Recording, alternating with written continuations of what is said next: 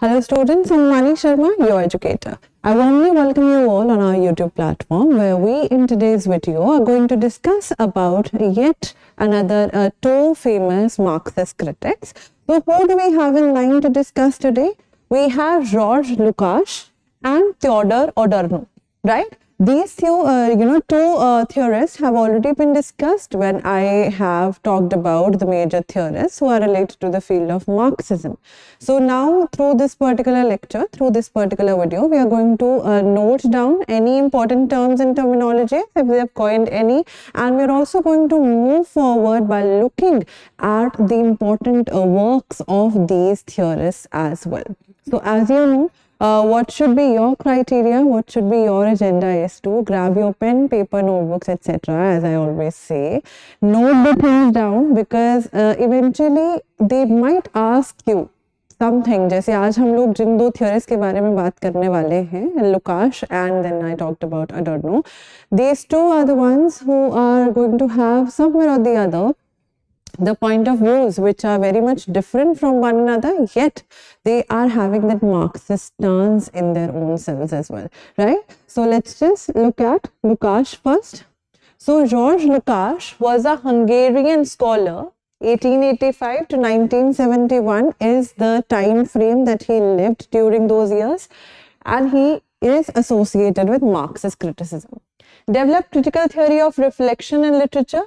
What does he say? That literary works are reflections of the evolving societal systems. If we see any major or minor thing happening here and there, you will also see the writers will start to change writing. Maybe some writers, some write historically, some write in the present. So अगर हम लोग present के writers की बात करते हैं, they might be the ones who are shifting their point of views according to the evolution that is happening in the society.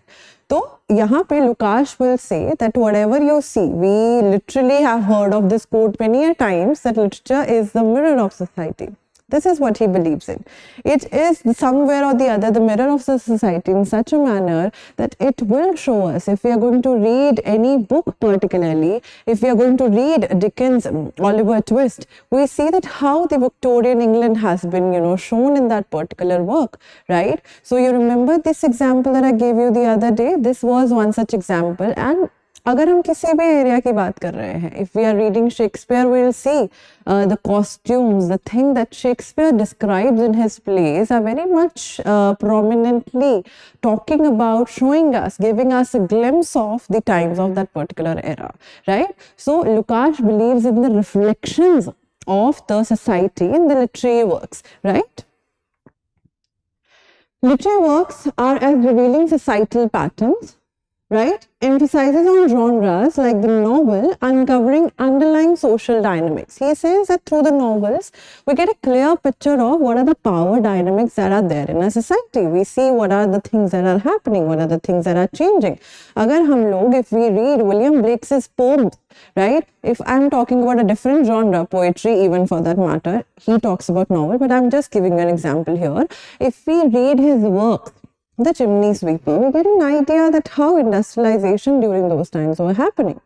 And if I also move forward with one other person, that's by the name D.H. Lawrence, we see his work Sons and Lovers. Sons and Lovers में भी हम लोग ये चीज़ देख रहे हैं that majorly the background is the mining industry, the coal industry, right? So there's a family of miners that is there, right? And that is showing us that how England was developing with the industrial revolution that took place. So you see how the works of that particular era are showing the reflections of the society that was prevalent with whatever material conditions, whatever changes were serving as some sort of evolving forces, right?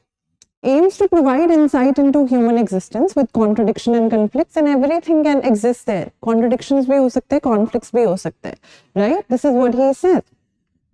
His focus on content.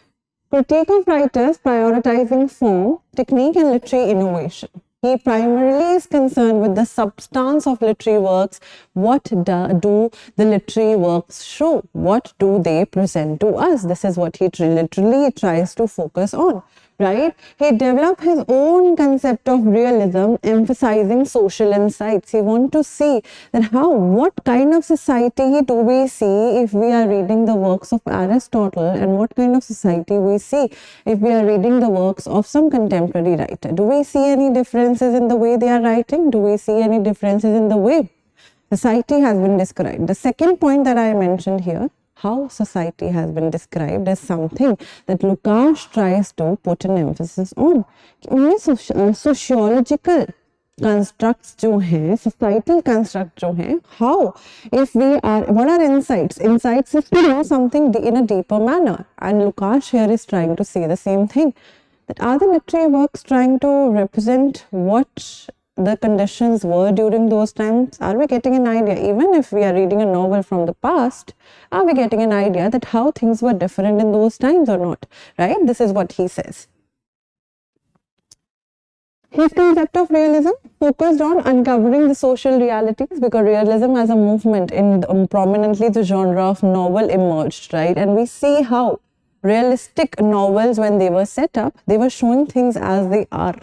Right? Things as they are. Caleb Williams, if you remember, right? Didn't fully recognize modernist writers engaging with realism. He disagrees with the modernist techniques and figures like Brecht and Adorno. Adorno is one such person whom we are going to discuss as well. Then we have Bertolt Brecht as well, right? The good woman or man of Cézanne, person of Cézanne, he has written, right? Lukács opposed formalism, which had many concerns related to the form and content, etc. Right? Futurism, which were defying the things that were happening, and the epic theatre. These were the things that he was opposing. Disagreements with Brecht, who was a didactic dramatist, and Adorno, who were both Marxist. So Brecht, अगर हम देखते हैं, अगर आप लोग ने उनका कोई भी work पढ़ा होगा, even for the example that I'm giving here, The Good Woman of Cézanne, you will see that how he tries to morally और didactic का मतलब ये होता है ना, moral lesson देना. There is something which is hidden there that we read while we read the novel and we understand it. And if we try to talk about Adorno in the upcoming slides, you will see that how Adorno is different from Lukács. He is going to talk about things in a different sense. He is going to say that if I am reading any sort of work where I see lots and lots of digressions, where I see lots and lots of things happening which I would not really believe अगर मैं real life में होता, but of course, if I see those things have a hidden meaning, is what Adorno is going to say. And that is what is Lukács is opposing. He is saying the literary works directly will show you what are the hidden patterns there. You don't need to look out for the hidden patterns for that matter, right? Brecht emphasized evolving means of representation to capture changing reality. He wanted to do that, and he did that through the works of his. What was Brecht's perspective? He rejected formulaic approaches to realism, that this is how you should be looking at realistic stance or realistic work. He argued for adapting means of representations of evolving reality. This point we have done already. Lukács and the adherents unlikely to endorse Brecht's approach. So basically, through the crux of the entire 2 slides that we have covered, whatever point of view Brecht had in him, defining the concept of realism for his own self, was something which Lukács was opposing. That's all, right? Simple things done. Now, these are the list of major works of Lukács. Now, what you can do is, always and always remember this thing. I have provided them already in the form of a chronological order. कुछ writers हैं जैसे इन्होंने अपनी Hungarian language में लिखा है. You need to make sure that you are writing down the names of the translators of course in the brackets. If not the publication by the translator, वो important नहीं है, but yes of course the names of the translators. And secondly, if there is any work which has some sort of subtitle, right? So these are the things. You can pause your screens right now and note them down. Moving forward, we have Theodor Adorno. He was an influential philosopher and social critic in the post-World War II Germany, right? Not as widely recognized in English-speaking circles, but highly influential in the Marxist criticism during the post-war Germany. He is one such person जिन्होंने Karl popper और Martin Heidegger के concept of existence को judge करा है, right? So, being and nothingness, etc. Associated with the Frankfurt School and the mentor of Jürgen Habermas, right? He was also a very important literary theorist. So he was a mentor to him. Apart from that, we also are going to study one such school which was there to propagate the ideas of Marxism. What was the name of the school? The Frankfurt School. Extensive impact on scholars and intellectuals in post-war Germany through examination of Western philosophical traditions, particularly from Kant onwards. So after Kant, he has been the person who has tried to describe things in his own way. Key figure in the inaugural generation of critical theory, as was Lukács as well. Right? Adorno's perspective, he proposed a theory that literature does not directly engage with reality. Lukács is saying that literature is a reflection of reality. Adorno is opposing the view of Lukács, and Lukács is also opposing that literature reality reflect नहीं करता. आप कैसे कह सकते हो? Right? So Adorno and Lukács, they both are the ones who are standing in contradictory terms to one another. Lukács is saying literature shows the things as they are. They reflect the reality. Literary pieces reflect the reality. But here, Adorno is saying no, they don't. And what example can we take here? We can take the example of T.S. Eliot's work. T.S. Eliot's work, The Wasteland. Right? We see how in the work itself, it has some sort of distorted elements. It has some sort of fragmentation which is also there. So through the fragmented nature of the work, we are going to underline certain aspects. We are going to see how the statement which is not directly said but meant should be uncovered by the reader who is reading the work. Right? So that's what he talks about. He endorsed modernism, and इसीलिए मैंने आप लोग को The Wasteland का example दिया है, because The Wasteland by Eliot is a work which is of course very prominent. Even if you try to talk about English literature for NET, right, a detailed study of this work is really much important. Talking about T.S. Eliot's work, The Wasteland, it is a modernist piece of literature. And if we also try to talk about Eliot ने उस time को बहुत अच्छे से through the work he has tried to show us that how things were happening around the globe. World War etc. was happening. People were just shunned away by the reality that was there. They were not celebrating everything. They were lamenting. And this lamenting sort of things can be seen in the works of the writers of the modern period. And through Eliot's work we also see that it's inherent distancing from reality. It will not show people being perfect and everything like that. It will show you something fragmented, something distorted, some sort of digressions through which you will have to make the meaning. Views this detachment that comes from here as enhancing literature's critical perspective on reality. That अगर आपको परोस के दे दिया, reality जैसी है वैसी बता दी, then how would you be able to critically analyze anything? Adorno says this thing, that to understand and critically analyze or to gain critical perspective of anything, be it the society of a particular age that you want to know through literature, you will have to make sure that you are reading nicely and something is not presented to you as it is. You'll have to, uncover certain aspects by your own reading, through your own reading. Is this what Adorno proposes, right? Adorno argued that understanding reality is achieved indirectly through literature. Literature में हमको टूटी-फूटी चीजें दे दी जाएंगी, and through those broken things, through those broken images, you see the concept of absurd theatre, no? In that theatre, what we see happening is कुछ भी सीधा नहीं है. You have to make sense of why Godot is not coming, right? Why Godot is not coming in Samuel Beckett's play Waiting for Godot. Right? So all those things. Literature provides a negative knowledge of the actual world. Negative knowledge, these are certain things which are not directly presented to us. This negative knowledge that we do not know from a very face value or particular stance, that is what we need to gain through the critical understanding of the work that we are reading. Modernist literature's detachment enhances its critical stance on reality, as mentioned earlier.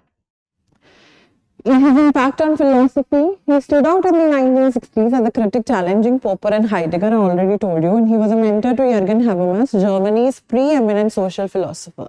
Influence rooted in the interdisciplinary research and association with the Frankfurt School. that brings me here. This is some sort of school which has been asked in the NET examination as a particular question, right? So this was a school which was associated with the Institution of Social Research, founded in the year 1923. Linked to the University of Frankfurt, hence the name the Frankfurt School, it became a key hub for Marxist aesthetics. So they have asked a question that which amongst the schools is associated with the Marxist point of view or Marxist stance. So now you have the answer. It is the Frankfurt School, right? Forced into exile during the Nazi era in 1933. ये school एकदम थोड़ा बंद कर दिया गया था, इसको exile में भी भेज दिया गया था.